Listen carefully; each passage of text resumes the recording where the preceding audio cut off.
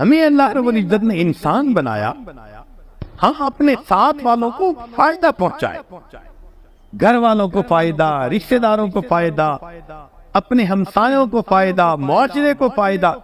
مومن ہوتا ہی وہی ہے جو ہر ایک کا خیر خواہ۔ نبی علیہ السلام نے فرمایا الدین النصیحہ، دین سراسر خیر خواہی۔ سبحان اللہ، کیا خوبصورت تعلیم دی ہمارے آقا حضرت محمد مصطفیٰ احمد مجتبیٰ صلی اللہ علیہ وسلم۔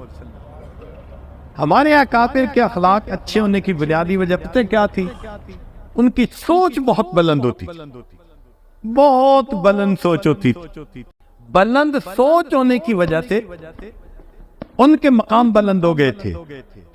آپ غور کریں کہ ایک پتنگا ہے، اس کو پروانہ کہتے ہیں، اسی سے ملتا جلتا ایک اور ہے جس کو مکھی کہتے ہیں، اس کے بھی دو پر، اس کے بھی دو پر، اس کو پروانہ نہیں کہتے، حالانکہ یہ اس سے ملتا جلتا ہے، سائز بھی ایک جیسا، مگر اس کو پروانہ کہیں گے اور اس کو مکھی کہیں گے۔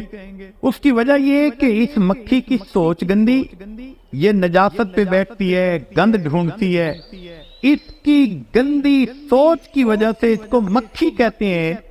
اور پروانہ کس کو کہتے ہیں؟ جو روشنی کے اوپر، نور کے اوپر اپنے آپ کو فدا کرتا ہے۔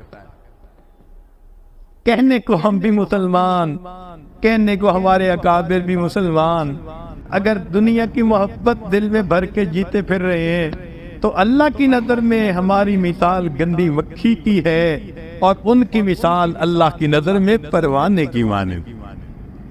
آج ہمیں سوچنا ہے کہ ہم نے جو نام کے مسلمان ہیں، کام کا مسلمان بننے کی ضرورت ہے۔ تو ہمارے اکابر کو دیکھیے اللہ رب العزت نے کیا سوچ دی تھی۔ ایک دو واقعات سن کے یہ آج اپنی بات کو مکمل کر دے گا، ذرا توجہ کے ساتھ سنیے گا۔ دہلی کی جامع مسجد، ایک انگریز دہلی کی جامع مسجد دیکھنے کے لیے آیا۔ وہ آرکیٹیکٹ تھا اور اس کو پتا تھا کہ جامع مسجد کے اندر بڑی اچھی کیلی گرافی کی گئی ہے، تو چونکہ اس کے فن کا کام تھا وہ دیکھنے کے لیے آیا۔ اب دہلی کی جامع مسجد میں کئی سیڑھیاں چڑھ کے جاتے ہیں، اور سیڑھیوں پہ آپ نے دیکھا کہ کئی مرتبہ فقراء بیٹھے ہوتے ہیں، سائل بیٹھے ہوتے ہیں۔ تو ایک معذور فقیر تھا، وہ بیٹھا ہوا تھا۔ جب یہ قریب سے گزرا تو اس نے مانگا، اس نے اپنا ویلٹ نکالا اور ویلٹ نکال کر اس میں سے اس فقیر کو کچھ دے دیا، اور اپنا ویلٹ پھر اپنی جیب میں ڈال لیا۔ اپنی طرف سے تو اس نے جیب میں ڈالا، لیکن حقیقت میں اس کا ویلٹ گر گیا۔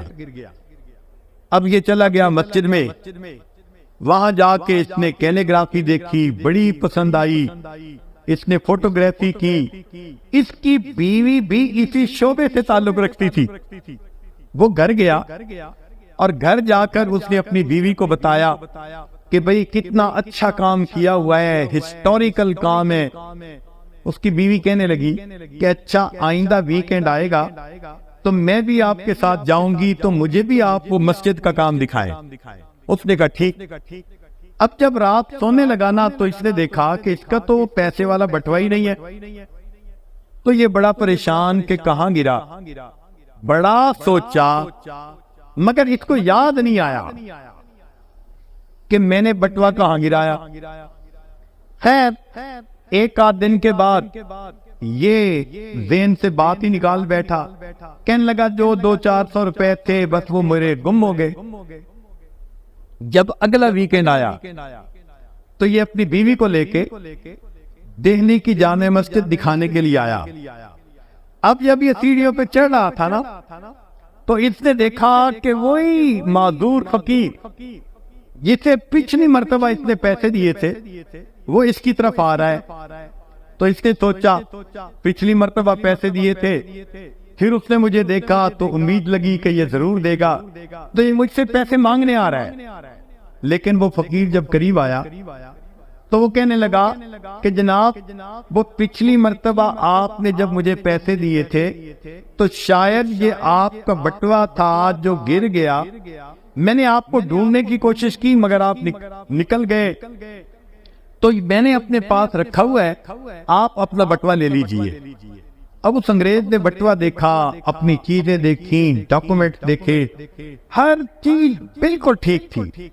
اس کے ذہن میں خیال آیا کہ یہ فقیر تو ایک ایک پیسہ مانگتا ہے اور میرے تو یہاں پر 200-300 روپے تھے، اگر یہ اپنے پاس رکھ لیتا تو کسی کو خبر ہی نہ ہوتی، مگر اس نے یہ مجھے لوٹا دیا۔ تو اس نے پوچھا کہ فقیر آخر تم نے یہ اپنے پاس رکھ کیوں نہیں لیا؟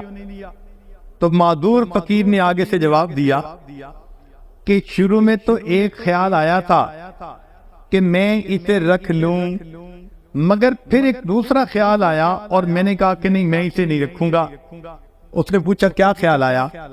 تو وہ معذور فقیر کہتا ہے کہ مجھے یہ خیال آیا کہ میں نبی علیہ السلام کا امتی ہوں، آپ عیسیٰ علیہ السلام کے امتی ہیں، اگر میں نے آپ کا یہ وینٹ چوری کر لیا تو ایسا نہ ہو کہ قیامت کا دن ہو اور آپ کے نبی میرے آقا صلی اللہ علیہ وسلم کو گلا دیں کہ تمہارے امتی نے میری امتی کی چوری کی تھی۔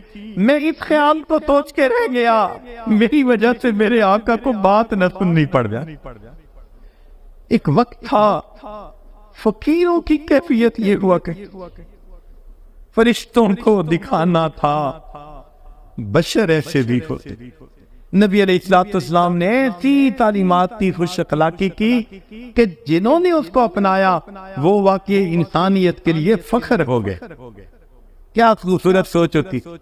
آپ سوچئے اگر ہماری سوچ ایسی ہو تو ہم کسی کا نقصان کر سکتے ہیں، کسی کی عزت کی طرف میلی نظر ڈال سکتے ہیں؟ ہرگز نہیں۔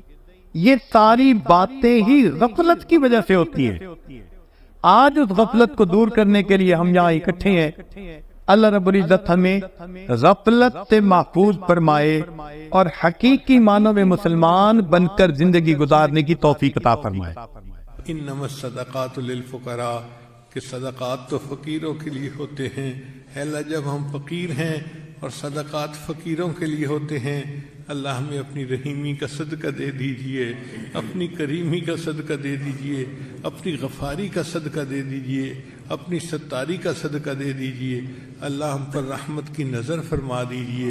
اے اللہ ہم اپنے عملوں کے ذریعے سے تو جنت کے قابل نہیں بن سکتے، آپ اپنے فضل سے ہمارے لیے جنت کا فیصلہ فرما دیجئے، ہم پر رحمت کی نظر کر دیجئے۔